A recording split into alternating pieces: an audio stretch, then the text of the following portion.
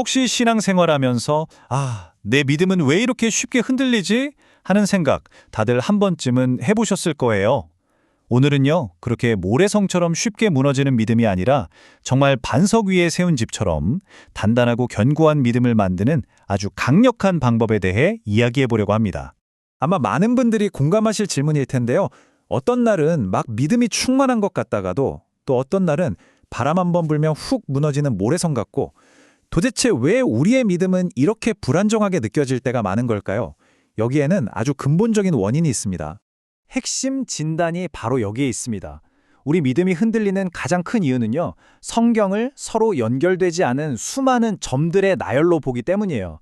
하지만 이 점들을 이어서 하나의 거대한 구조로 보기 시작하는 순간 마치 안개가 걷히면서 풍경이 선명하게 보이듯이 믿음의 뼈대가 아주 단단해지기 시작합니다. 자, 그럼 어떻게 하면 성경을 구조적으로 볼 수 있을까요? 그 첫 번째 방법은 바로 성경 전체를 관통하는 핵심적인 줄거리를 이해하는 겁니다. 이게 정말 중요한 첫 번째 원칙인데요. 성경은 그냥 좋은 이야기들을 모아놓은 책이 아니에요.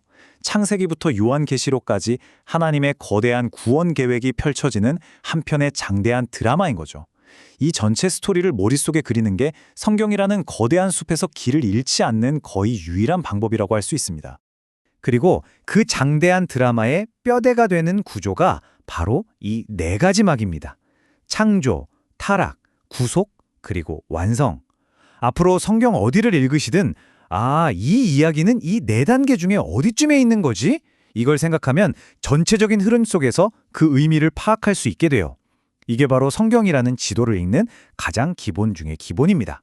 자, 이제 성경이라는 큰 그림, 큰 지도를 봤으니까 이제 조금 더 깊이 들어가서 이해를 위한 세 가지 핵심 열쇠를 한번 살펴볼게요. 첫 번째 열쇠는 바로 하나님에 대한 구조적인 이해입니다. 우리가 보통 하나님을 그냥 막연하게 한 분, 이렇게만 생각하면 신앙이 좀 평면적이 되기 쉬워요.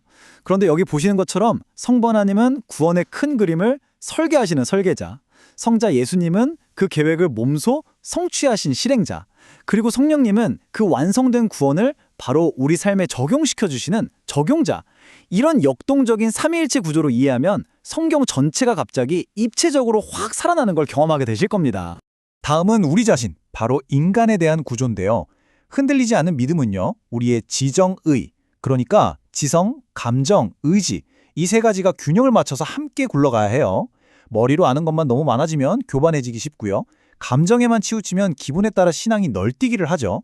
또 해야 한다는 의지만 너무 앞세우면 기쁨도 없이 그냥 율법주의에 빠지게 되는 거고요. 이 세 바퀴가 함께 잘 굴러갈 때 비로소 건강한 믿음이 자라는 겁니다. 그리고 이건 정말 중요한데요. 성경을 읽는 구조적인 방법이요. 대부분의 사람들이 1단계, 그러니까 사실 확인해서 그냥 딱 멈춰버려요.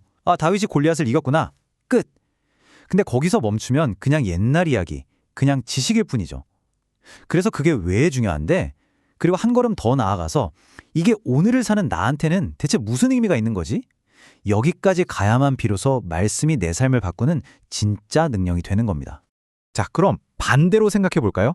성경을 이렇게 구조 없이 그냥 점으로만 보면 왜 위험한 건지, 구체적으로 어떤 결과가 나타나는지 한번 짚어보겠습니다.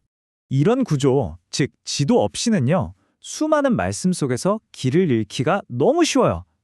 기분 좋으면 믿음이 막 넘치는 것 같다가도 조금만 힘든 일이 생기면 와르르 무너지는 그런 감정적인 신앙에 머물게 되죠. 결국에는 성경 전체를 보는 게 아니라 내가 듣고 싶은 구절, 나한테 위로가 되는 구절만 쏙쏙 골라 읽게 되고요. 당연히 이런 신앙은 오래 갈 수가 없습니다. 우리가 맨 처음에 던졌던 질문, 왜 내 믿음은 흔들릴까? 그 답이 바로 여기에 있는 거죠. 자, 이제 문제점이 뭔지 알았으니까 이제 구체적으로 어떻게 하면 우리 믿음을 단단하게 세울 수 있을지 아주 실용적인 도구들을 좀 알려드릴게요. 성경이라는 거대한 지도에는요, 길을 잃지 않게 도와주는 5개의 아주 큰 기둥, 랜드마크 같은 게 있어요. 바로 하나님 나라, 언약, 율법, 복음, 그리고 교회입니다. 앞으로 성경의 어느 부분을 읽더라도 이 내용은 이 5가지 주제랑 어떻게 연결되지? 이것만 생각해도 단편적으로 보이던 이야기가 전체 그림 속에서 제자리를 딱 찾게 될 겁니다. 구약이랑 신약을 연결하는 아주 간단하면서도 정말 강력한 원리가 있는데요. 바로 이겁니다. 구약은 그림 또는 약속이고요. 신약은 그 그림이 실제로 드러난 성취라는 거예요. 구약은 예고편, 신약은 본편. 이렇게 생각하시면 돼요. 이 둘을 항상 연결해서 보면 성경이 진짜 하나의 통일된 이야기구나. 이걸 온몸으로 느끼게 되실 겁니다. 자, 이건 오늘 당장 써먹을 수 있는 아주 구체적인 훈련법이에요. 어떤 본문을 읽든 딱 이 세 가지 질문을 스스로에게 던져보세요. 첫째, 이 본문에서 하나님은 어떤 분으로 그려지지? 둘째, 여기서 드러나는 인간의 상태는 어떻지? 그리고 셋째, 그래서 예수 그리스도는 무엇을 하셨는가? 그리고 나서 그 본문의 내용을 사건, 의미, 교훈, 적용 이 순서대로 한번 쭉 정리해 보세요.